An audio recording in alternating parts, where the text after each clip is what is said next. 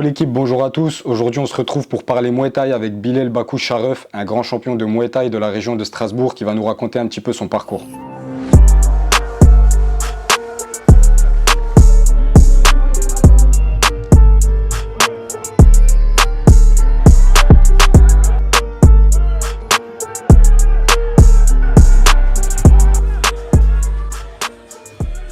Bilal, ça va? Tu vas bien? Ça va, merci, ça va et toi? Ça va, merci. Déjà, premièrement, merci d'avoir accepté l'invitation pour cette interview. Et merci de m'accueillir dans tes locaux, dans ton Superstar Center. Merci d'être venu et bienvenue. J'espère que c'est à la hauteur des attentes. Bilal, est-ce que tu peux déjà commencer par te présenter, dire qui tu es, d'où tu viens, ce que tu fais dans la vie, etc. Je m'appelle Bilal Bakhouz-Sharaf, j'ai 28 ans, ça fait maintenant 15 ans que je fais du Muay Thai. J'ai plusieurs casquettes, je suis dans l'événementiel, je suis président d'un club de boxe, le WFI Strasbourg. Maintenant je suis dirigeant d'une société, donc d'un cabinet sport santé Superstar Center. Et puis aussi je suis athlète de haut niveau, donc je suis en boxe, je boxe en professionnel depuis maintenant 7 ans. Et je suis aussi membre de l'équipe de France de Muay Thai. Ah ben, c'est un beau parcours pour quelqu'un qui a 28 ans quand même. Bilal, est-ce que tu peux revenir un peu sur ton palmarès, nous dire tes plus gros titres, tes plus gros combats, etc. On parle un peu de ton palmarès. Alors je vais me concentrer seulement sur la partie pro. Donc je suis 4 fois champion de France pro dans 2 catégories de poids, 2 années de suite. Je suis 2 fois champion d'Europe de K1 et de kickboxing. J'ai 2 ceintures intercontinentales en Muay Thai. Et j'ai un titre mondial en kickboxing WACO-Pro et du coup je suis athlète de l'équipe de France et j'ai fait pas mal d'IFMA, donc pas mal de médailles. Ouais. Malheureusement pas encore l'or, mais ça arrivera bientôt. Bientôt on espère. On espère, Inch'Allah. Est-ce que tu peux nous dire à quel moment ça a commencé pour toi le Muay Thai et les sports de combat, comment t'es arrivé là-dedans? Alors ça a commencé quand j'avais 13 ans, donc dégoûté un peu des sports collectifs. Et en jouant aux jeux vidéo, je jouais à l'UFC et j'aimais bien Anderson Silva et tu voyais un petit peu la discipline qu'il pratiquait. Il y avait écrit Muay Thai, donc je voyais un peu les coudes, les genoux et j'ai fait des recherches et en fait j'ai regardé des vidéos, donc je suis tombé sur Boaka. Forcément c'était celui qui revenait le plus et en regardant les vidéos, j'ai tout de suite su que c'était le sport que je voulais faire. Et je me suis inscrit dans un club, le même club où je suis actuellement. Et maintenant, ça fait 15 ans que je suis dans le même club et que j'ai monté petit à petit les échelons jusqu'à devenir président de ce club. Dès que tu as commencé à pratiquer un peu, tu t'es tout de suite tu t'es tout de suite dit je vais faire de la compétition ou c'est venu de fil en aiguille, ça s'est passé comment? Non, moi dès que j'ai commencé, je savais que je voulais faire de la compétition, même je le disais, je le revendiquais, je l'avais dit le premier jour où j'étais venu à l'entraînement, je lui ai dit je suis pas venu pour faire des entraînements, je suis venu pour boxer. Et c'était vraiment mon objectif et petit à petit j'ai toujours su où je voulais aller et ce que je voulais faire dans la boxe. Et aujourd'hui j'ai fait pas mal de choses mais je suis encore loin de mes objectifs. Mais je suis aussi quand même satisfait d'avoir pas mal avancé sur mon objectif. Et ça va quand t'es arrivé et que t'as dit je vais faire de la compétition tout de suite, pas dire on t'a pris au sérieux mais est-ce qu'on a été à l'écoute sur ça? Est-ce que... Non, bien sûr que non. Je pense que pendant 1 an et demi, peut-être même 2 ans, j'étais le plus jeune quand j'ai commencé. Donc moi j'avais des personnes plus âgées que moi et forcément j'arrivais en tant que petit jeune, il parle. Donc j'étais pas pris au sérieux. Et je pense que c'est le moment où peut-être j'ai fait une fois du PAO avec mon entraîneur, donc avec Matt, qui aujourd'hui est encore mon mentor. Une fois, sans faire exprès, je l'ai blessé et puis tout le monde a eu peur pour lui et ça. Et finalement, lui, il a vu, en fait c'était un réflexe que j'avais fait, je l'avais je crois blessé au genou et c'est là où il m'a dit, il a su qu'il y avait du potentiel, il a su que je me laissais pas marcher dessus parce que je crois qu'il a agressé hyper fort, donc à moi j'ai réagi, j'ai mis un coup et je l'ai blessé sans faire exprès. Et puis là je pense que ça a été un déclic pour lui et ça a été peut-être aussi un déclic pour moi. Premier combat, t'as des souvenirs ou... Premier combat, ouais, des souvenirs, des bons souvenirs. C'est pas un beau souvenir mais c'est une belle leçon. Mon premier combat, je crois que j'avais 14 ans, ça faisait peut-être 1 an que je faisais de la boxe, même pas, peut-être quelques mois. Et en fait, j'étais inscrit en light contact et ça me plaisait pas parce que moi je voulais faire du plein contact. Et donc j'arrive, je monte sur le ring et en fait j'avais trafiqué un peu les inscriptions, je m'étais mis adulte. Donc j'étais tombé sur un mec qui avait 35 ans, il y avait des enfants qui avaient mon âge. Et donc je suis monté sur le ring et en fait par la pression, le stress, en fait je suis redescendu et j'étais je me sentais pas prêt, sachant qu'en plus avant ça, tous les mecs de mon club ils avaient pris des KO. Ouais. Ça t'a refroidi encore plus. Ça m'a refroidi encore plus. Et finalement je me suis servi de ça un petit peu et ça me sert encore aujourd'hui avant de monter sur le ring. Je me rappelle toujours de ce moment-là et je me rappelle toujours de cette séquence et en me disant qu'il ne faut pas que ça se reproduise. Ouais. Et voilà, maintenant j'ai plus de 100 combats, donc je pense avoir moins de stress. Ouais. Mais voilà, ce stress est toujours présent et c'est normal, ça fait partie de l'adrénaline. C'est une source de motivation, ta première expérience. Tu as commencé vers 14 ans dans le club W-Fight, c'est ça, dans lequel aujourd'hui tu es toujours. C'est ça. Et tu es aujourd'hui président du club, c'est ça? Après, aujourd'hui je suis président, donc on essaie de monter pas mal de jeunes à la compétition pour qu'ils puissent un peu suivre les mêmes traces. Moi j'ai la chance aujourd'hui de pouvoir me déplacer, donc je tourne pas mal, je voyage, je boxe. Donc j'ai une équipe aussi avec qui je travaille pour justement rester toujours assidu parce que c'est pas évident d'être. J'ai jamais voulu et c'est pas évident d'être aussi, on va dire, le meilleur de ton club parce que du coup t'as plus forcément d'exemples ou de personnes qui te tirent vers le haut. Ouais. Mais il faut assurer, j'essaie de voir l'autre côté de la face, de la pièce et de me dire justement il faut tenir toujours ce rythme-là si tu veux rester le meilleur parce qu'il y en a qui sont derrière toi et qui veulent juste prendre ta place. Ouais. Mais ce qu'il y en a qui savent pas, c'est que toi tu as démarré et tu étais encadré, donc tu avais un entraîneur qui était Matt, c'est ça? Ouais, c'est ça. Et aujourd'hui il est plus avec vous dans le club. Ouais. Et donc aujourd'hui tu es à la fois président mais tu es aussi à la fois ton propre entraîneur en fait, tu t'entraînes un peu seul. Un autodidacte. Ouais. Je dis comme j'aime bien souvent. Est-ce que c'est pas un peu compliqué? Est-ce que des fois ça te démotive pas parce que tu dois quand même tout prendre en main tout seul, etc.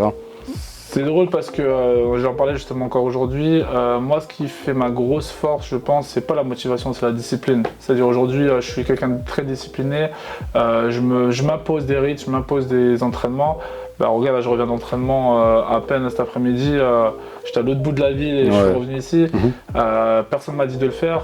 C'est moi qui m'impose justement ce rythme-là. Et je sais que si je ne le fais pas et je ne m'impose pas ça, personne ne va me dire de le faire. Donc c'est une motivation différente. C'est une discipline malgré tout. Et justement, je pense que c'est pas dérangeant. Vraiment, tout dépend de chacun. Tout dépend de comment tu perçois les choses. Et moi, ce qui fait aussi ma grosse force, c'est que j'ai des objectifs. Et je sais que si je ne fais pas ça, je n'arriverai pas à les atteindre. Mais du coup, par exemple, tu vas à l'entraînement, tu dispenses un entraînement, mais tu t'entraînes aussi en même temps, c'est ça? Ça m'arrive de m'entraîner avec eux, donc j'essaie aussi de partager, parce que je leur dis toujours c'est une chance pour eux de pouvoir avoir quelqu'un avec qui travailler qui est bon. Donc j'essaie de travailler avec eux, et après il y a des compétiteurs, donc parfois on fait des entraînements entre compétiteurs, mais c'est vrai que là, jongler entre le club, les entraînements, mon sport, la présidence, l'administration, c'est pas évident. Mais voilà, je m'adapte. Je pense que c'est une carte importante, c'est une compétence importante quand tu es un sportif, c'est s'adapter parce qu'il n'y a jamais de situation parfaite. Ouais, je suis d'accord avec toi. Est-ce que, pour revenir un peu sur ton parcours, qui est déjà bien rempli, tu nous l'as dit au début, est-ce que tu te fixes encore des objectifs? Est-ce que tu te vois rester encore longtemps dans le milieu? Il y a des choses que tu aimerais réaliser en particulier? Alors c'est vrai qu'aujourd'hui il y a une grosse vague de personnes qui partent du Muay au MMA. Moi pour l'instant c'est pas ma motivation. C'est vrai que j'essaie encore d'atteindre et de terminer ce que j'ai commencé. J'ai jamais perdu en France en Muay Thai en pro. Donc aujourd'hui j'estime être le numéro 1 en France de ma catégorie parce qu'en pro j'ai jamais perdu. Et puis j'ai fait 2 fois champion de France pro, donc voilà. Et donc après à côté de ça, bien sûr je pense que quand j'aurai fait le tour un peu en Muay, il y aura peut-être de nouveaux chemins, de nouveaux horizons qui viendront à moi, mais je reste de base un combattant. Moi je suis un challenger, je suis un compétiteur, je suis là pour gagner, je suis là pour me dépasser, je suis là pour m'imposer des choses, je suis là pour montrer que j'en suis capable, pour me prouver à moi-même que j'en suis capable. Et donc oui, peut-être qu'un jour je ferai cette transition-là. Ça fait 203 ans que je fais du jiu-jitsu, j'avais fait de la lutte avant, donc je kiffe parce que au début ça me servait pour le Muay, pour le corps à corps. Je me dis ça peut me servir au sol un jour, pourquoi pas. Donc oui, ça peut être une possibilité, mais c'est pas encore prévu là. Ok, ça marche. Est-ce que dans ton parcours il y a des choses dont tu es plus fier que d'autres? Est-ce que tu as des souvenirs plus marquants, joyeux? Alors je pense que chaque victoire, chaque combat, même des défaites, c'est un beau souvenir parce que ça marque quand même. Je me rappelle plus de mes défaites que de mes victoires parce que c'est ça qui aussi me motive à m'entraîner, à rester toujours actif. Après, je pense que le moment où je suis rentré dans l'événementiel, quand j'ai commencé à organiser, j'ai vu une autre facette de notre sport, j'ai vu d'autres visages aussi, et puis j'ai aussi été fier de moi de me dire, voilà, ce titre-là, ben, je ne l'ai pas volé, j'ai vraiment fait tout ce qu'il fallait, je l'ai monté de A à Z, c'est un peu comme construire une maison, j'ai fait les bases, la structure, les piliers, j'ai fait les démarches qu'il fallait, j'ai jamais négocié, essayé d'avoir un petit adversaire juste pour prendre la ceinture. Je suis allé, moi je contacte la Fédé, je lui dis voilà, j'aimerais faire ce titre, est-ce que j'ai le droit? Oui, tu as le droit. Qui sont les prétendants? Moi je veux le champion. Est-ce qu'il y a un champion? Il n'y a pas de champion. Donc tu vois, après moi ils le savent, ce sont les gens de la fédération, j'ai jamais voulu. Tu triches pas sur ton parcours. Je triche pas. Mon but c'est de boxer les meilleurs et c'est de gagner. C'est pour ça que malheureusement parfois c'est pas passé. Malheureusement parfois j'ai accepté des combats que j'aurais pas dû accepter de la dernière minute. Justement la question suivante que j'allais te poser, c'est est-ce qu'au contraire t'as des gros regrets dans ta carrière, des choses que tu aurais peut-être pas dû faire ou faire plus tard ou... Des regrets non, des leçons plutôt. C'est-à-dire que là par exemple j'avais une belle proposition à l'Enfusion. C'était il n'y a pas longtemps, c'était il y a 2 ans, c'était il y a 2 ans ou l'an passé. J'étais en vacances avec ma mère, donc à l'étranger, j'étais à Dubaï. Je voulais vraiment faire 2 semaines off. Et en fait, 10 jours avant, je reçois une grosse proposition pour boxe à l'Enfusion. Donc moi, j'étais vraiment en mode sans entraînement. Enfin, je m'entraînais, mais pas en boxe. Donc j'ai une proposition en 77 kilos.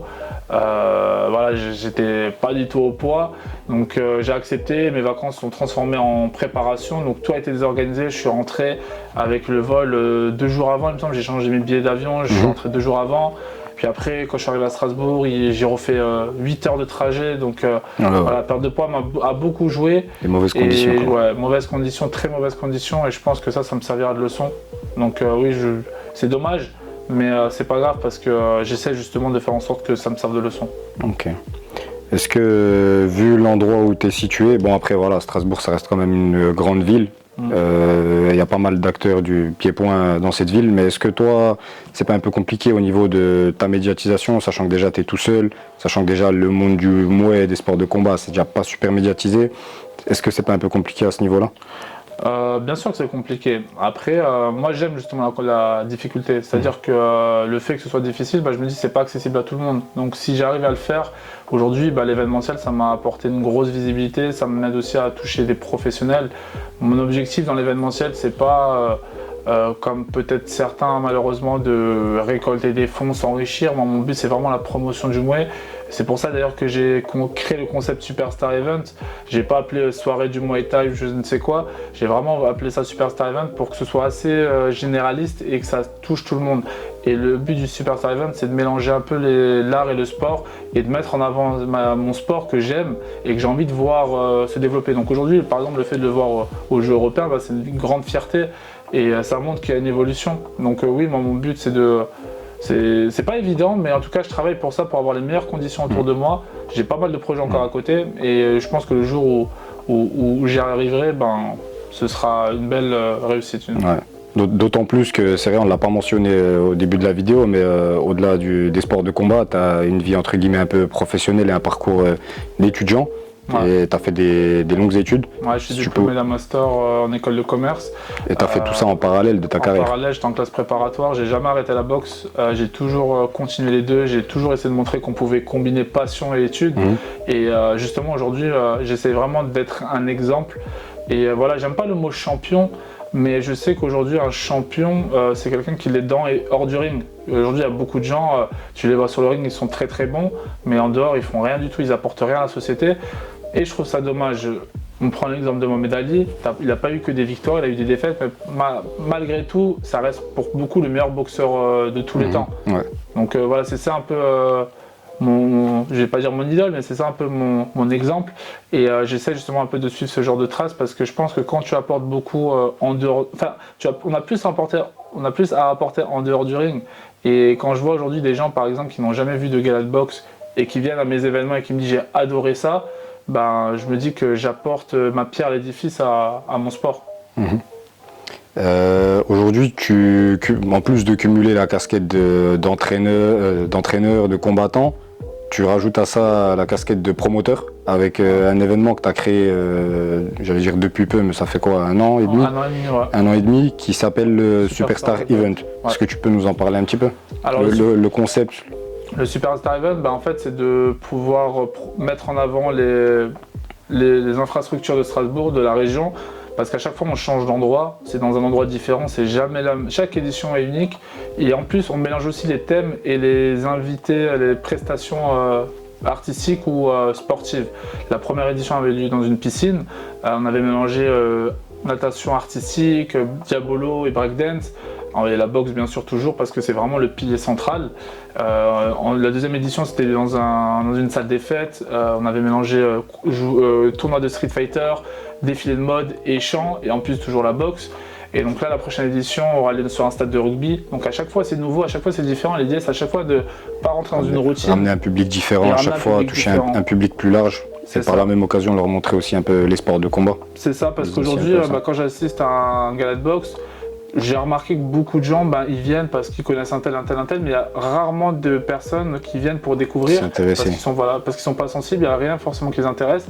Et moi, dans des événements, j'entendais souvent les retours des personnes, je demandais même au public et ils me disaient j'ai pas pu venir parce que ma femme n'aime pas la boxe, mes enfants sont trop jeunes et je trouvais ça dommage de se limiter à ce genre de choses. Et du coup, le fait de proposer un événement à tous, pour tous, c'est la meilleure façon de pouvoir promouvoir le sport et la boxe.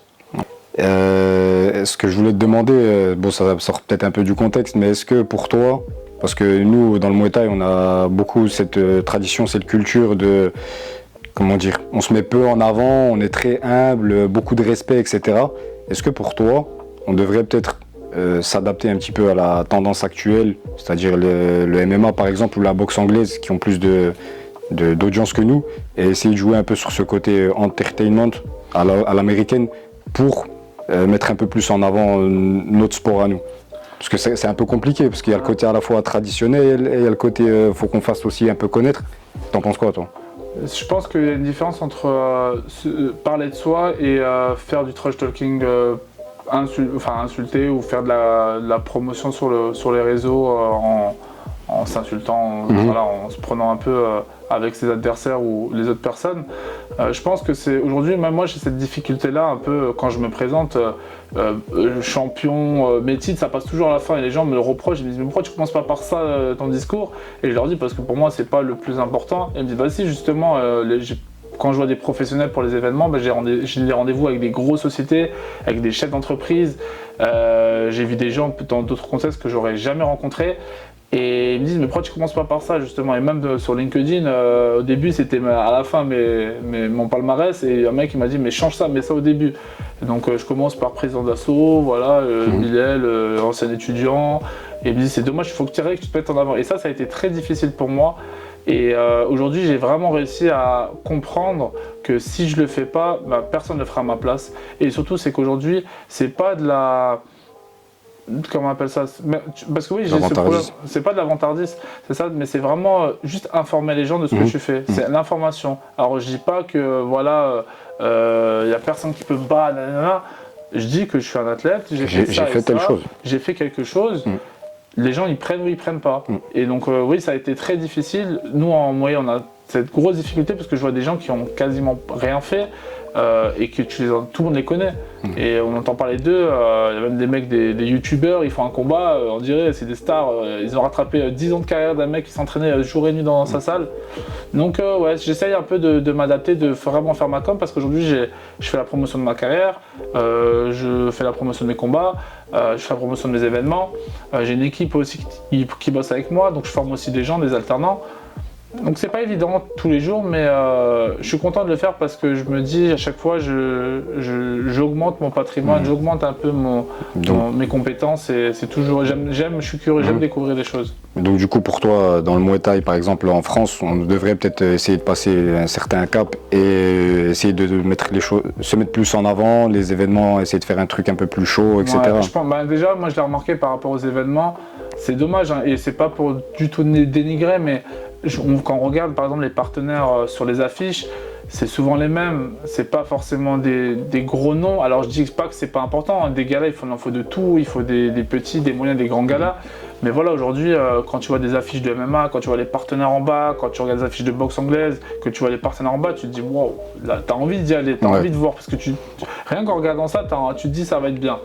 Donc oui, aujourd'hui, ça joue, et oui, je pense qu'on a un gros travail sur ça, et moi, justement, j'essaie un peu de rassembler, de ramener des gens qui ne connaissaient pas du tout ce sport-là pour justement mettre en avant encore plus notre sport. Donc peut-être, il y en a certains, voilà, ils critiquent, il y en a, ils sont jaloux, de toute façon on aura toujours des haters, mais voilà, c'est pas grave parce que moi je sais que tout ce que je le fais parce que je pense que c'est bien. Parce que c'est bon, oui. Bilal, on a fait un peu le tour de ton parcours, ta carrière. Est-ce que tu as des futures échéances à venir? Alors là, dans 3 semaines, aujourd'hui, donc à l'heure où on fait la vidéo, je pars pour les Jeux européens. Donc la première fois que le Muay est représenté au comité olympique, dans une compétition olympique. C'est en Pologne? C'est en Pologne, c'est ça. On est 5 Français à être qualifiés. C'est une grosse chance et moi j'en fais partie. Je suis un peu aussi, je suis le seul Strasbourgeois, donc c'est un vrai honneur, c'est une fierté de représenter ça. Et j'ai bien conscience qu'aujourd'hui, je suis très attendu sur cette compétition. Encore, l'IFMA a publié une vidéo hier ou avant-hier de mon ancien combat pour dire justement que je suis quelqu'un à prendre au sérieux. Donc je suis content et je pense que là, l'or, on va tout faire pour l'avoir et je la sens bien là. Tu parles de l'IFMA, est-ce que tu peux revenir rapidement dessus? Parce que là, à l'heure actuelle où on parle, tu as fait l'IFMA, c'est-à-dire les championnats du monde amateurs. Il y a combien de temps? 3 semaines? Pro format amateur. Pro format amateur, il y a 3 semaines. C'est ça. Tu peux revenir un peu sur l'expérience, le Alors parcours? juste pour expliquer un peu le contexte aux gens, parce qu'il y a beaucoup de gens qui ont un peu du mal avec ça, et parfois les gens me disent mais attends, t'es en pro, tu boxes avec tes professions. Ouais, c'est vrai que c'est flou. Alors l'IFMA, c'est une compétition professionnelle, donc on a les meilleurs de chaque pays qui viennent et qui s'affrontent avec des règles amateurs. Donc des formats équipements. Pourquoi? Parce qu'en fait les combats s'enchaînent tous les jours, on peut boxer tous les jours, on a une pesée tous les matins, c'est comme un peu les JO, donc on gagne, on passe le tour, on perd, on est éliminé. Et donc c'est une compétition très très difficile parce qu'il faut à la fois tenir le poids toute la semaine, ça peut durer une semaine la compétition, on peut boxer tous les jours, les blessures on les accumule, donc le manque de sommeil, tout ça, l'alimentation, on peut pas aussi se peser, aller manger tout ce qu'on veut derrière. Donc ça c'est très très difficile et c'est très très formateur. Je suis vraiment content de faire ce genre de choses parce que c'est une grosse satisfaction. Et donc là j'ai fait l'IFMA à Bangkok, je suis tombé, donc j'étais en 8e de finale. Premier tour, je tombe contre le Turc, médaille d'or au championnat d'Europe. Il a fait sortir tout le monde une grosse tête de série. Je gagne haut la main. Donc grosse satisfaction personnelle parce que j'avais une grosse pression un petit peu. En fait, j'ai pas de chance, je tombe toujours sur les meilleurs dès le premier tour. Deuxième tour, je tombe sur l'autre médaille d'or de l'an passé aussi, il y a 2 ans, et donc le Russe. Et là, je me dis, voilà, il est bon, les techniques, il se déplace. Et finalement, c'est aussi passé, donc on a mis la stratégie en place, je suis content, j'ai sorti les 2 meilleurs de ma catégorie. Je tombe en demi-finale contre l'Irakien, voilà, pas très connu, il a boxé une fois one, il vient du Venom Training Camp à Pattaya. Il a été très très stratège, c'est-à-dire qu'il bougeait, il tapait, il bougeait, il tapait. Pour moi, je gagne le combat, malheureusement, on me met perdant, tout le monde me voit gagnant. Même les juges à la fin sont venus me parler, ils me disent c'est compliqué. Malheureusement, moi je prends en considération ce qui m'a manqué à moi et c'est pas grave. Le reste après c'est pas dépendant de moi. Je pense que ça fait partie aussi du mindset d'un boxeur. C'est pas chercher à trop parler, à faire des phrases, extrapoler. C'est arrivé, on peut plus revenir en arrière, c'est pas grave. Maintenant, tout ce qui me reste à faire, c'est d'avancer, de voir le futur. Ça marche. Bilal, je pense qu'on a fait le tour de ton parcours et ta carrière. Est-ce que tu as peut-être un petit mot de la fin, des personnes de ton parcours à remercier, un mot de la fin? Déjà, moi je remercie toutes les personnes qui m'accompagnent au quotidien dans mon entourage parce que chacun apporte quelque chose, que ce soit une tâche, que ce soit une aide, que ce soit une parole. Chaque personne que j'ai rencontrée m'a apporté beaucoup. D'ailleurs, aussi l'anecdote, je remercie aussi l'école du Muay parce que j'oublierai jamais aussi, je me rappelle en 2015 quand j'étais parti tout seul, c'est aussi notre anecdote assez drôle. En Italie, j'étais parti tout seul avec mon frère en Blablacar pour aller boxer en Italie parce que mon coach pouvait pas venir et moi je dis j'y vais à tout prix. Donc voilà, toi, Combat League. Combat League, c'est ça. Donc tu étais là avec ton père et t'as fait le coin, tu m'as fait le coin. Donc et puis c'est de là aussi qu'on s'est connus. Donc une belle expérience et voilà, je remercie l'école du Muay parce que c'est vraiment un plaisir de vous connaître et puis de travailler ensemble et puis de voir aussi ce que vous faites pour le mois. Et donc voilà, je remercie un peu toutes les personnes qui apportent beaucoup de choses et je remercie aussi mes haters parce que C'est qui te donne la force aussi. ils me donnent de la force aussi. Donc je suis pas quelqu'un qui parle beaucoup, mais par contre je suis quelqu'un qui agit beaucoup. Bilal, merci à toi. Et bon courage, bonne continuation pour la suite. Avec plaisir, à bientôt.